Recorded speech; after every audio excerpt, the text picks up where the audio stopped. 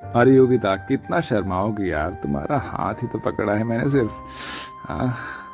तुम्हें तो पता है कि मुझे ये सब शादी से पहले बिल्कुल भी ठीक नहीं लगता। और वैसे भी हम पब्लिक प्लेस में हैं। तुमसे कब से कह रही हूँ कि हमें अपनी फैमिली में एक दूसरे के बारे में बता देना चाहिए।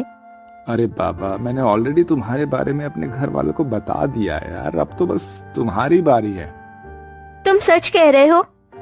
I love you Aarav. मैं आज ही अपने मम्मी पापा से बात करती हूँ। योगिता आरव एक दूसरे के साथ पिछले 2 सालों से रिलेशनशिप में थे। योगिता थोड़ी शर्मीली किस्म की लड़की थी, इसलिए आज तक उसने कभी भी आरव को ठीक से गले तक नहीं लगाया। दोनों ही एक दूसरे के बारे में अपने माता पिता से बात करते हैं और कुछ ही समय में उनकी शादी हो जाती है। आरव, तेरी चॉइस तो बढ़िया है यार। अगर मैं भी तेरी जगह होता ना, तेरी जैसे जवान होता, तो बिल्कुल योगिता बहू जैसी लड़की से ही शादी करता। अरे जैसे ही क्यों, मैं तो योगिता से ही शादी कर लेता। अपने गृह प्रवेश पर अपने ससुर के मुंह से ऐसी बात सुनकर योगिता को काफी अजीब महसूस होने लगता है, लेकिन वो इस बात पर ज्यादा ध्यान नहीं देती। अब आरव और योगिता अपने कमरे में चले जाते हैं और एक दूसरे के साथ काफी अच्छा वक्त बिताते हैं। और आज योगिता का उसके ससुराल में पहला दिन होता है। योगिता अपने कमरे में तैयार हो रही होती है कि तभी योगिता की नंद प्रिया उसके कमरे में आती है। ओ भाभी, इस रेड साड़ी में तो काफी सुंदर लग रही हो। आपको पता है ना कि भैया का फेवरेट कलर रेड है। कहीं वो आपको इस साड़ी में देखकर दोबारा से सुहागरात मनाने के मूड में ना आ जाए। वैसे कैसी रही आपकी फर्स्ट नाइट? प्रिया, ये सब तुम कैसी बातें कर रही हो? मैं तुम्हारी भाभी हूँ, कोई सहेली तो नहीं। भाभी, ये तो बस नॉर्मल है। बताइए ना, क्या क्या किया आपने रात में? आने वाले कुछ समय में मेरी भी शादी हो जाएगी। आप क्या अपनी नंद को टिप्स नहीं देंगी?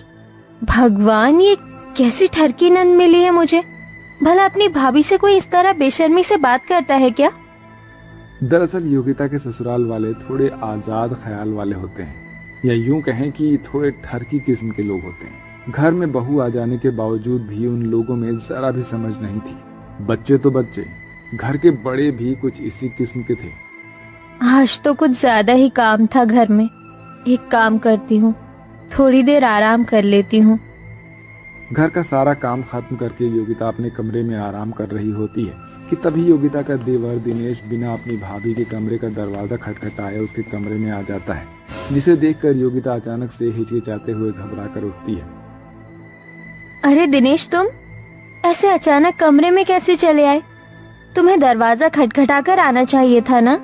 भाभी, मैं कोई पराया मर्द थोड़ी ना हूँ, आपका देवर हूँ भाई है? और देवर तो भाई के समान होता है ना। वो तो मैं आपसे कहने आया था कि शाम को मेरे कुछ दोस्त आ रहे हैं, तो आप ना उनके लिए कुछ स्नैक्स वगैरह तैयार कर दीजिएगा। अपने ससुराल वालों की ऐसी हरकत योगिता को बिल्कुल भी पसंद नहीं आ रही होती है।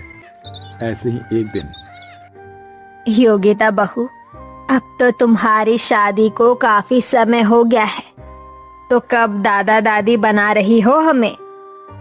माँ जी, सामने ससुर जी बैठे हैं और आप उनके सामने ऐसी बातें कर रही हैं। तो क्या हुआ बहू, वैसे भी अमरावती बहू की माँ बनने की उम्र थोड़ी ना है, अभी तो उन्हें एंजॉय करना है। वैसे तुम एक दूसरे के साथ अच्छा वक्त तो बिता पाते हो ना। मेरा मतलब, तुम्हारे बगल वाला कमरा ही हमारा है।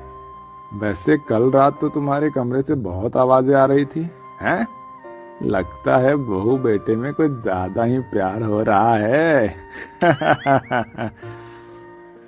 अपने ससुर की ऐसी बातें सुनकर योगिता शर्म के मारे पानी पानी हो जाती है और भागते हुए अपने कमरे में चली जाती है।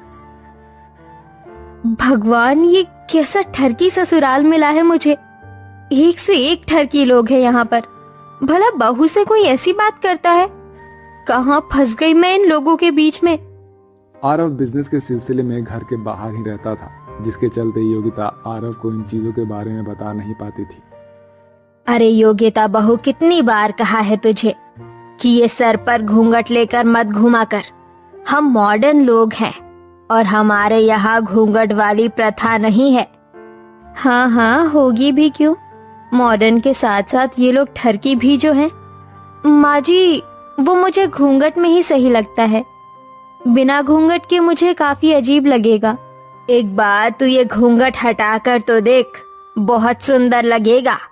अमरावती अपनी बेटी प्रिया के साथ योगिता को जबरदस्ती कमरे में ले जाती है और उसे साड़ी के बजाय एक वन पीस पहना देती है।